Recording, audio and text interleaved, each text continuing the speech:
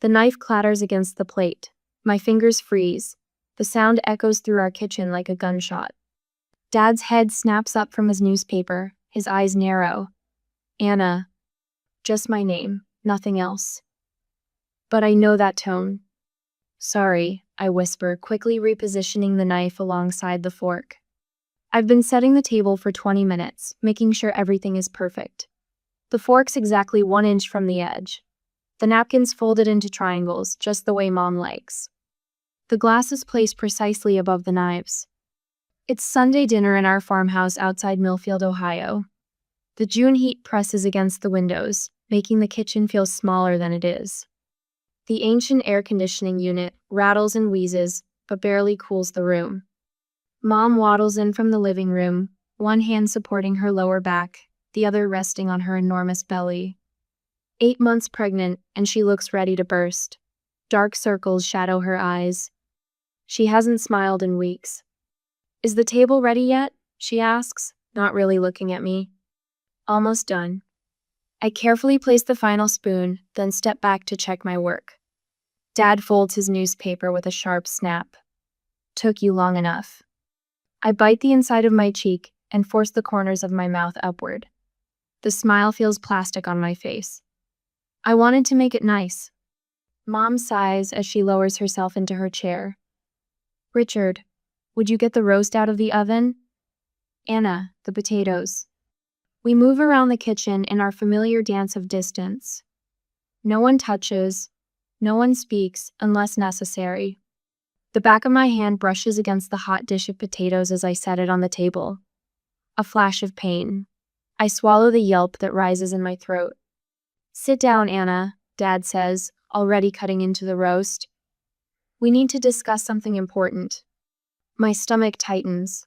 In our house, something important never means good news. Mom stares at her empty plate. Her fingers trace circles on her swollen belly. She won't look at me. What is it? I ask, my voice coming out smaller than I intended. Dad spears a piece of meat, inspects it, then places it on his plate. Your mother's due date is getting closer. I know. 4 more weeks. I've been counting down the days until I meet my baby brother or sister. With the baby coming, he continues, things are going to change around here. I nod. I've already given up my craft table in the spare room, helped Mom wash the baby clothes that came in boxes from her sister Margaret, listened to Dad complain about the cost of diapers and formula. Anna, look at me. I lift my eyes to meet his. Something in his face turns my blood cold. When the baby comes, Dad says, cutting each word clean and precise, you'll be staying with Aunt Margaret, not for a visit, for good. The words don't make sense at first. They're just sounds. Then they crash through me like a wrecking ball. What? The word barely escapes my throat. It's for the best, Mom says, still not looking at me. Margaret has plenty of room at her place in North Carolina. You'll like it there. But I live here. My voice quivers. This is my home. Your mother needs rest after the baby comes, Dad says, as if explaining something obvious. We can't handle both of you right now. Both of you. Like I'm a package, a burden, an afterthought. I can help with the baby, I whisper. I can be quiet. I can. The decision is made, Anna. Dad's tone ends the discussion. You leave next weekend. Next weekend. 7 days. My entire life packed up and shipped away in 7 days. The potatoes on my plate blur through my tears. I blink hard, knowing crying will only make Dad angry. 9 years of practice has taught me how to swallow my feelings until they're hidden deep where no one can see them. I think about my classroom at Millfield Elementary, where my 4th grade artwork never makes it to the bulletin board. About Mrs. Wilson next door, who sometimes watches me with sad eyes but never says anything when Mom forgets to pick me up from the bus stop. About the bedroom I've painted sunshine yellow with my own saved allowance. All disappearing in 7 days. Mom finally looks at me, her face a blank mask. Margaret is excited to have you. She's already fixed up a room. Already fixed up a room. This wasn't a sudden decision. They've been planning this, planning to send me away. I cut my meat into tiny pieces, each slice precise. Perfect. If I focus on making each piece exactly the same size, maybe I won't fall apart right here at the dinner table. May I be excused? I ask when I can trust my voice again. Dad waves his fork dismissively. Go pack what you want to take. Whatever doesn't fit in 2 suitcases stays behind. 2 suitcases for 9 years of life. I walk to my room, back straight, steps measured. Only when I close my door do I allow myself to slide to the floor, arms wrapped around my knees, making myself as small as possible. On my bed sits the stuffed rabbit I've had since I was a baby. 1 ear is missing and the fabric is worn smooth from years of holding it close. Will there be room for him in my suitcase? Or will he be left behind too? A thought surfaces through the shock. What did I do wrong? But deep down, I already know. I existed. And somehow, that was never quite enough. Aunt Margaret's house smells like cinnamon and fresh bread. So different from our sterile home where Mom banned scented candles because they gave her headaches. This is your room, Anna, Aunt Margaret says, pushing open a door painted sunshine yellow exactly like my old room. Did she know? Did Mom tell her? I step inside, my 2 suitcases clutched in white-knuckled hands. A patchwork quilt covers the bed, explosion of colors fighting against the gray emptiness inside me. A mason jar of wildflowers sits on the nightstand, purple and yellow blooms reaching toward the sunlight streaming through lace curtains. Aunt Margaret kneels beside my suitcase, her weathered hands opening it with gentle reverence. She lifts up my clothes one by one, smoothing wrinkles, hanging each piece in the closet as if they're precious things. I don't fold right, I blurt out. Dad says I never get the corners straight. Her hands pause. Something flickers across her face, a shadow I can't name. There's more than one way to fold a shirt, Anna. Your way is just fine. She takes out the stuffed rabbit with the missing ear. Instead of setting him aside as I expect, she places him in the center of the bed, like he belongs there. This is your home now, she says, straightening up with a small grunt. For as long as you want it to be. Home. The word lodges in my throat like a stone.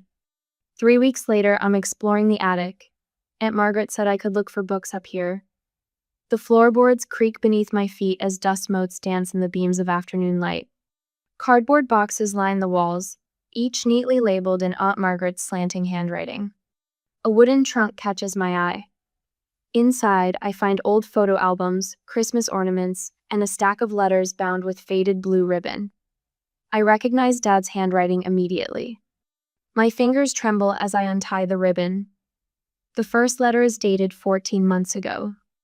Margaret, we've discussed this at length, and Diane and I feel it would be best for Anna to live with you after the baby comes. She's always been difficult, not like other children. I know you've been fond of her, so we hoped you'd be amenable to this arrangement.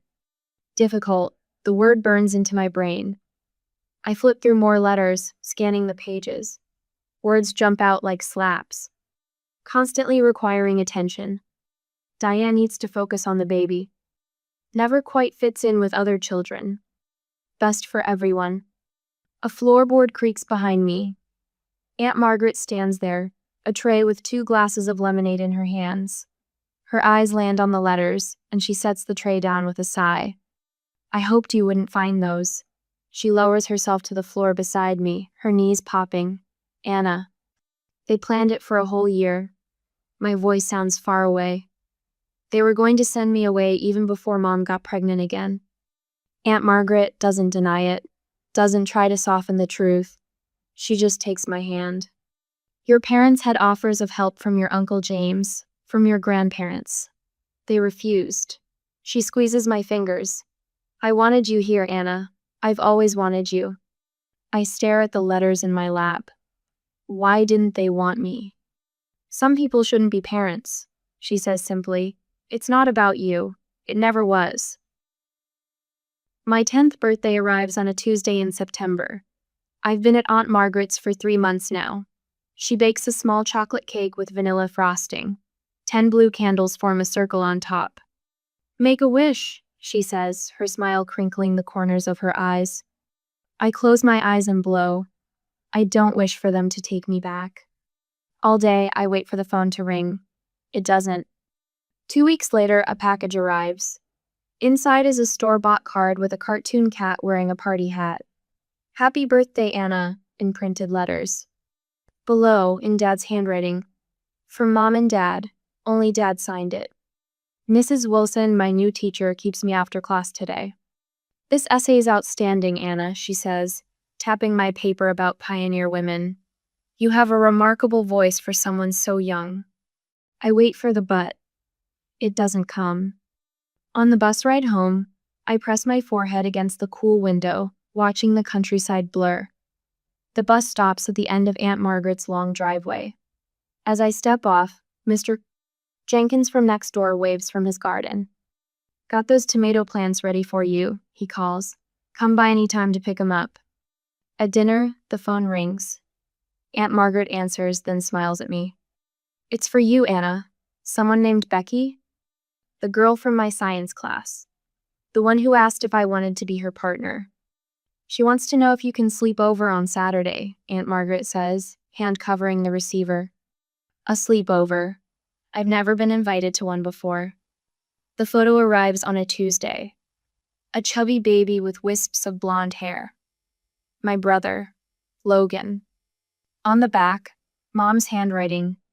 Logan, 3 months. He's such an easy baby, sleeps through the night already. I take the photo to the barn and sit in the hayloft, legs dangling. Easy baby, not difficult, not like me. Aunt Margaret finds me there an hour later, tears dried on my cheeks. I saw the photo, she says, climbing up to sit beside me. I don't think I was the problem, was I? The question feels huge, like it's been growing inside me for 10 years. Aunt Margaret puts her arm around my shoulders, pulling me against her soft side. No, sweetheart, she says, you never were. Morning light streams through my bedroom window, catching dust motes that dance like memories. I trace 10 notches carved into my wooden bedpost tone for each year since I arrived at Aunt Margaret's farm.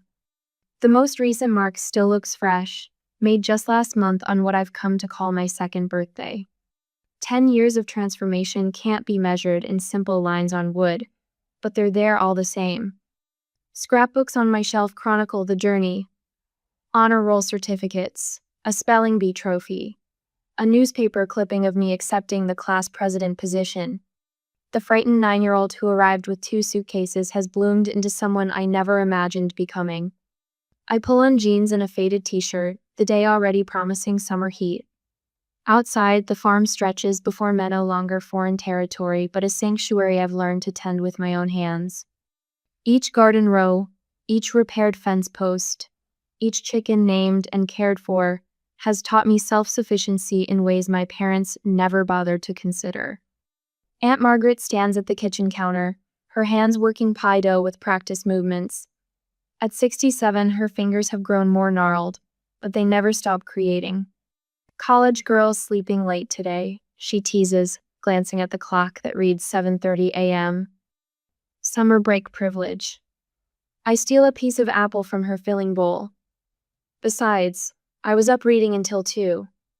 The memory surfaces of winter evenings with Aunt Margaret, quilting by firelight while she read Dickens aloud. How many classics have we shared this way? The bookshelf in the living room stands as testament to our literary journeys, each volume, inscribed with notes we've exchanged about the characters and their choices. Those philosophy books will keep you up all night. She smiles, her eyes crinkling at the corners. Better than those murder mysteries your grandfather used to read. My moral compass took shape under her guide d'enseignement, through lectures but through quiet conversations about consequence and mercy. While my childhood home operated on rules designed to minimize inconvenience, Aunt Margaret taught ethics rooted in compassion. The phone rings, interrupting our easy Sunday routine. Aunt Margaret wipes her hands on her apron and reaches for the kitchen landline. Mitchell residence. Her expression shifts, subtle but unmistakable. The slight stiffening of her shoulders, the momentary closing of her eyes. 10 years of watching this woman has taught me to read these small signals like a second language. Yes, She's here. A pause. I understand. She turns, extending the receiver toward me with one hand, while the other finds my shoulder, steadying me before I even know I need support. It's your mother. The plastic feels cold against my palm. I haven't heard my mother's voice since I was 14, when an awkward birthday call ended with her telling me how wonderfully behaved my brother was, unlike some children. Hello? Anna. My mother's voice sounds older, tighter. We need to talk to you. No, how are you? No acknowledgement of the 5 years of silence. Just the demand, as if time hasn't passed at all. What about? I keep my voice neutral, feeling Aunt Margaret's supportive presence as she pretends to busy herself with the pie, but stays within reach. It's Logan. My mother sighs dramatically. He's completely out of control. Over the next 10 minutes, my parents take turns listing my brother's offenses: smoking behind the garage, fighting at school, talking back, a recent suspension. Each transgression recited like evidence in a trial where I'm somehow both witness and accused. The school counselor says he needs more structure. My father's voice cuts in. But your mother's exhausted from trying to manage him. I catch Aunt Margaret's eye. We both recognize what they're not saying, that Logan, now 10, has become inconvenient the way I once was. Anna, you were always so responsible, my mother says, her voice sweetening artificially. And studying psychology too. We thought maybe. You want me to come back? The realization stone in still water. Just for the summer, my father interjects quickly. To help get him back on track, show him what a good example looks like. The unspoken accusation hangs in the air that somehow Aunt Margaret's influence on me has contributed to their parenting failures with Logan. We need you to come home and help with Logan, my mother says finally, dispensing with the pretense. The Hendersons from church asked about you last Sunday. People are starting to talk. Ah, there it is. The real concern: their reputation in the community. Family should stick together, don't you think? My father adds, his voice dropping into that tone I remember from childhood, the one that sounds reasonable while allowing no disagreement. Something inside me wavers, that little girl still hungry for approval, for belonging. For a fleeting moment, I imagine stepping back into their home, helping my brother, finally earning the love they've withheld. The fantasy plays out in Technicolor. Grateful parents, a brother saved, a family healed. My hands begin to shake. My heartbeat quickens. I look across at Aunt Margaret, who sits silently at the table now, her expression carefully neutral. She won't make this decision, for Mesh never has. My mind flashes to the attic, to the dusty box where I found those letters years ago. She's been difficult since birth. We've tried everything. Margaret, you've always been good with problem children. I take a deep breath. No. Silence on the line. What do you mean, no? My father's voice hardens. I mean, I won't be coming. My voice steadies with each word. You didn't raise me. You replaced me.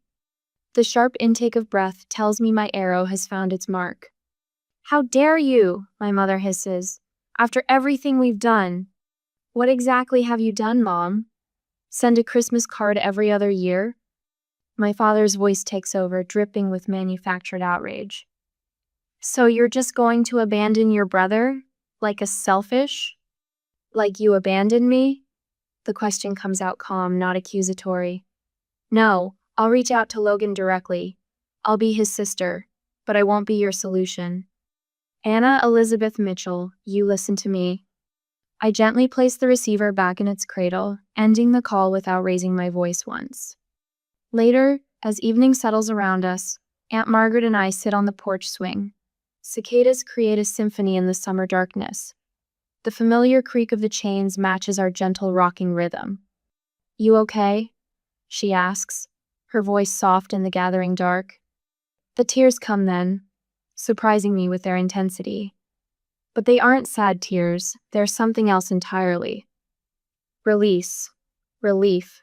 Recognition of a truth I've carried for years. Aunt Margaret's arm settles around my shoulders, solid and warm. I've never been more proud of anyone in my life. she whispers. I wipe my eyes, watching fireflies begin their nightly dance over the fields.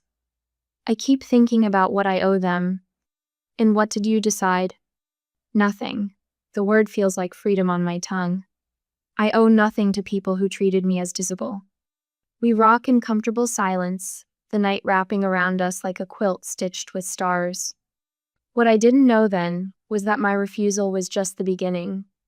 The family who had dismissed me was about to learn exactly what they had thrown away, and the lesson would come in ways they never expected.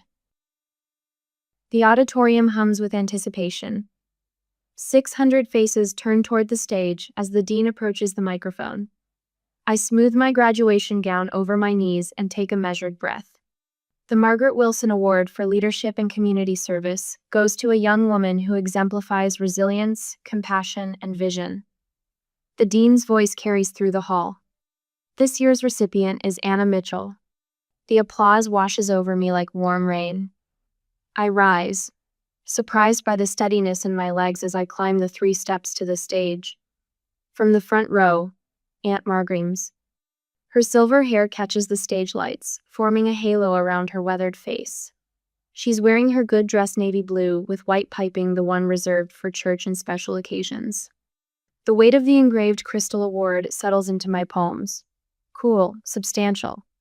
Like the hollow praise my parents once doled out. Thank you, I say into the microphone. The faces blur before me, but I don't need notes for what comes next. We often talk about family, something we're born into. A lottery of blood and circumstance. My voice grows stronger with each word. But that's only the beginning of the story, isn't it? The audience stills. Some people are born to parents. I was raised by love. The words emerge clear and unhurried. Every act of kindness shapes us. Every person who chooses to stay when they could walk away becomes our true family. From the corner of my eye, I catch Aunt Margaret wiping a tear with her handkerchief. 20 minutes later, as we stand amid a cluster of well-wishers, she squeezes my hand. Your parents have no idea what they threw away, she whispers. But they soon would. 2 weeks later, my phone buzzes with a message from my childhood friend Becky. Did you know your father's telling everyone at Millfield Hardware he always knew you'd make something of yourself? I stare at the screen, a bitter laugh escaping my throat. He also claimed he supported your education 100%, Becky adds, until Ted Bradford stood up and told everyone he was at your ceremony and didn't see your folks anywhere. The next message arrives before I can respond. Your mom tried the same thing at church. Pastor Williams asked her why they missed such an important day. She couldn't look him in the eye. I set the phone down, a strange calm settling over me. Their carefully constructed narrative, the troublesome daughter they had to send away, is crumbling, the truth emerging like shoots through cracked concrete. Not with a bang, but a whimper. The unknown number appears on my phone 3 days later. I nearly decline the call, thinking it's another credit card offer. Hello? I balance the phone between ear and shoulder while watering Aunt Margaret's geraniums. Silence stretches across the line, then a boy's voice, cracking on the edge of adolescence. Is this Anna?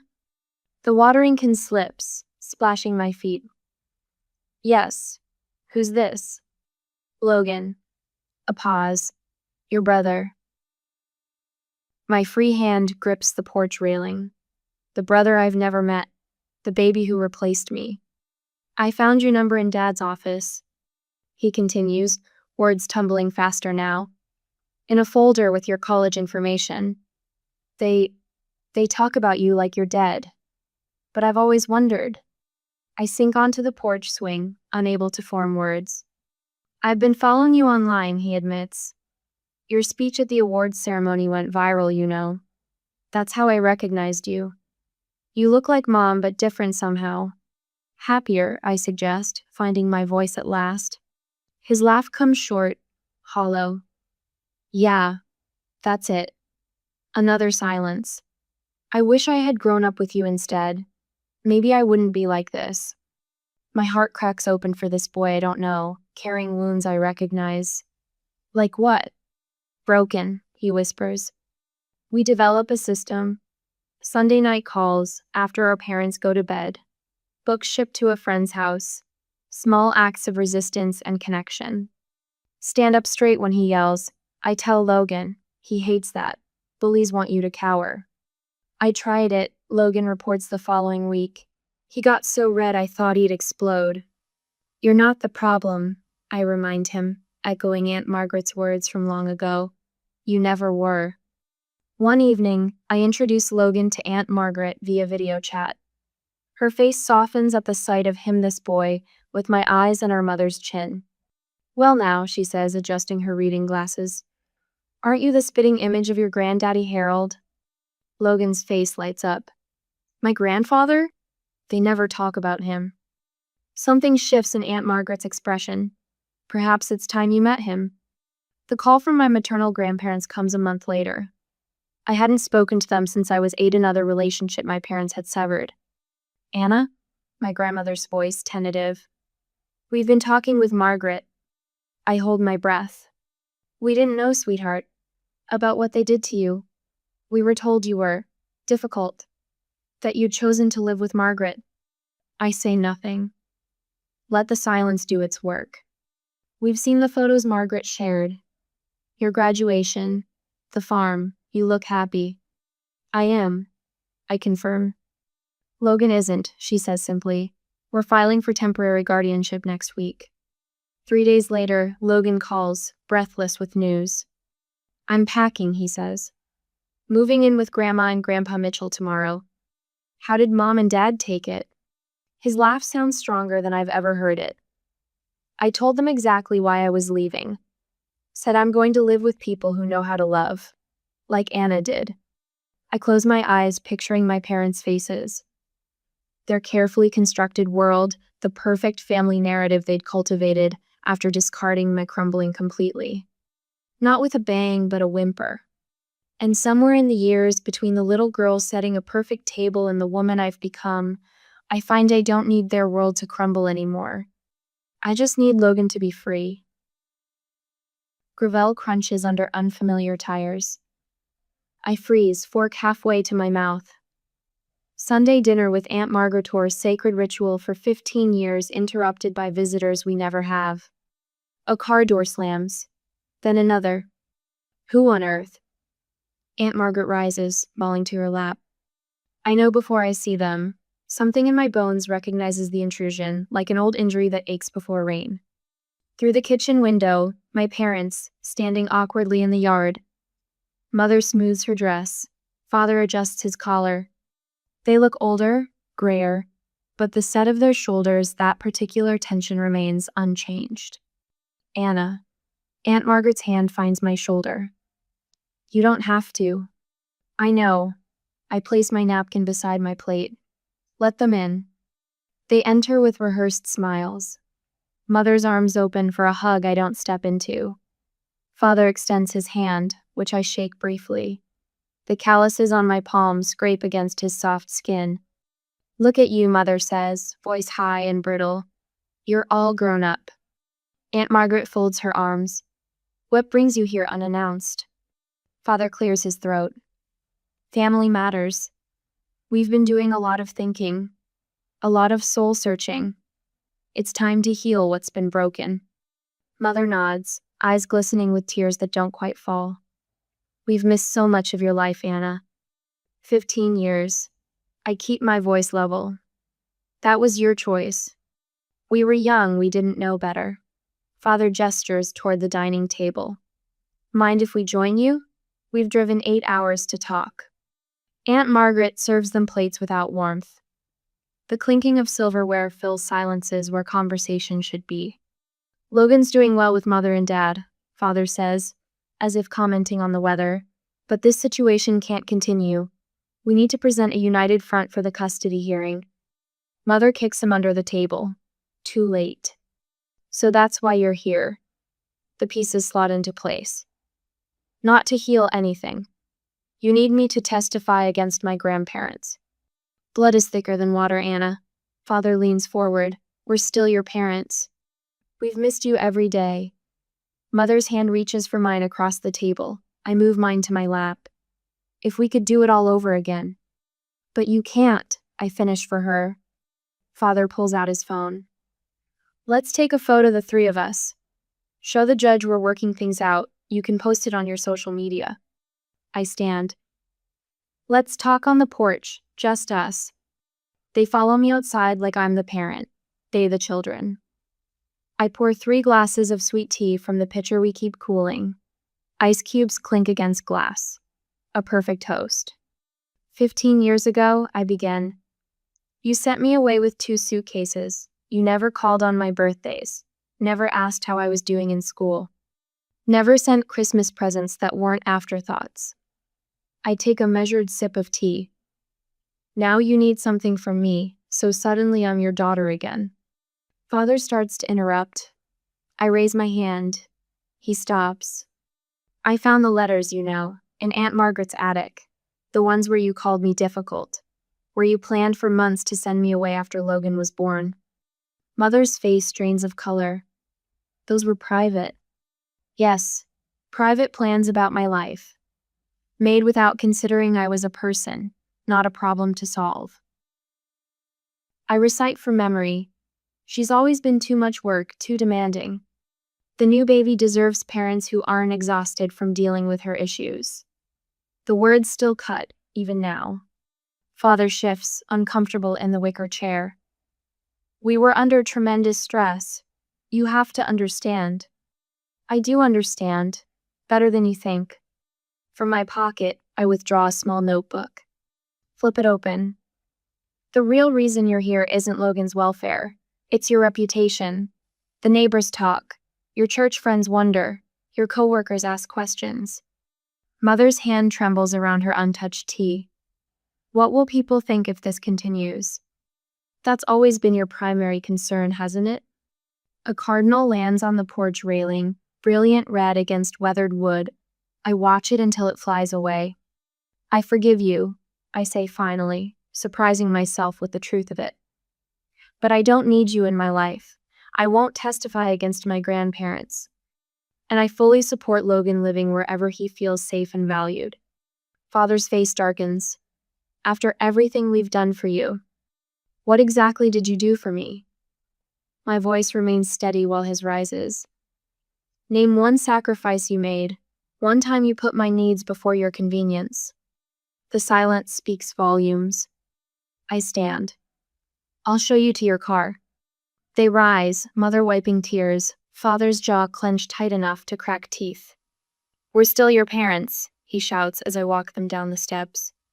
I turn at the bottom, sun warm on my back, and look up at Aunt Margaret standing in the doorway. Her face lined with years of quiet strength and unconditional love glows in the afternoon light. No, I say, pointing toward the porch. She is.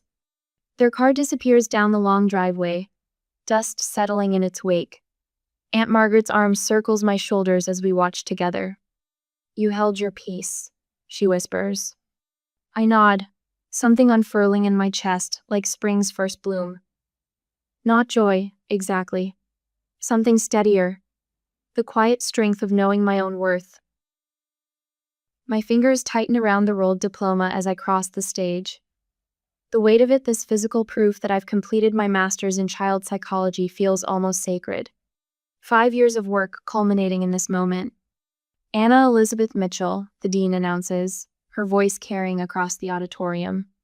From the audience comes a cheer that makes me look up. There they are, me real family. Aunt Margaret, in the blue dress she sewed just for today, her arthritis-bent fingers clutching a handkerchief. Beside her sits Logan, 15 now, and shooting up like a weed, practically vibrating with excitement. My grandparents' she's guardians now beam from the row behind them. The empty seats where my parents might have sat don't ache anymore. Their absence was my choice. I remember another ceremony, 4th grade perfect attendance. I stood on stage scanning an audience of parents, finding no familiar faces. The crushing weight of being forgotten squeezes my chest for just a moment before dissolving. Look how far we've come. You're getting pretty good at that, I tell Logan, watching him adjust the telescope on Aunt Margaret's back porch. Friday night stargazing has become a ritual during his weekend visits. Saturn's rings are visible tonight, he says, voice cracking with adolescent excitement rather than pain. 5 years ago, he was a furious 10-year-old, throwing rocks at windows and cursing teachers. Now he's explaining planetary alignments, his eyes clear, his smile genuine. Remember when you taught me about Orion? He steps back so I can look. My first night here? I remember. How small he seemed then, hunched against the porch railing, suspicious of kindness. The way he flinched when I raised my hand to point at stars. You're a good teacher, he says, checking his watch. You should bring those kids from your counseling center out here sometime. The thought warms me. Just yesterday, a 7-year-old girl with haunted eyes whispered, "Was it my fault?" And I could tell her with absolute certainty, no, never, not even a little bit. The email appears while I'm sipping morning coffee on the porch swing. Subject line, "One last attempt." From my mother. My finger hovers over delete, but something stops me. I open it. Anna. No excuses. I failed you. Not because I was young or stressed or unprepared, but because I lacked courage. Your father and I made inexcusable choices that hurt you deeply. You deserved better. I'm sorry. Truly sorry. I don't expect forgiveness, I just needed you to know. Mom. No manipulation. No guilt. Just truth. 15 years too late. I type 2 words. Thank you. Then press send. It's all I owe her. All I have to give. Hold still, I tell Aunt Margaret, tucking the quilt around her legs. Evening brings a chill these days, even in June. We rock gently on the same porch swing, where I've cried, laughed, and grown up. Her hands spotted with age, but still steady rest in mine. Logan's room at college needs this quilt, she says. Blue and gray, his favorite colors. I nod, throat tight with gratitude. You saved me, I whisper. In every way a person can be saved. She shakes her head, silver hair catching the sunset. No, dear, you saved yourself. I just gave you a safe place to do it. Later, I stand at the property line. The sun sinks below the distant mountains, painting the sky in fierce oranges and pinks. My phone buzzes. Logan, thank you for showing me what family really means. I smile, pocketing the phone. Beyond this farm lies the vast world where I counsel children, teach parents, and build a life defined by choice, not circumstance. Family isn't always who you're born to. Sometimes, it's who shows up when everyone else walks away. And sometimes, if you're lucky enough, it's also who stays.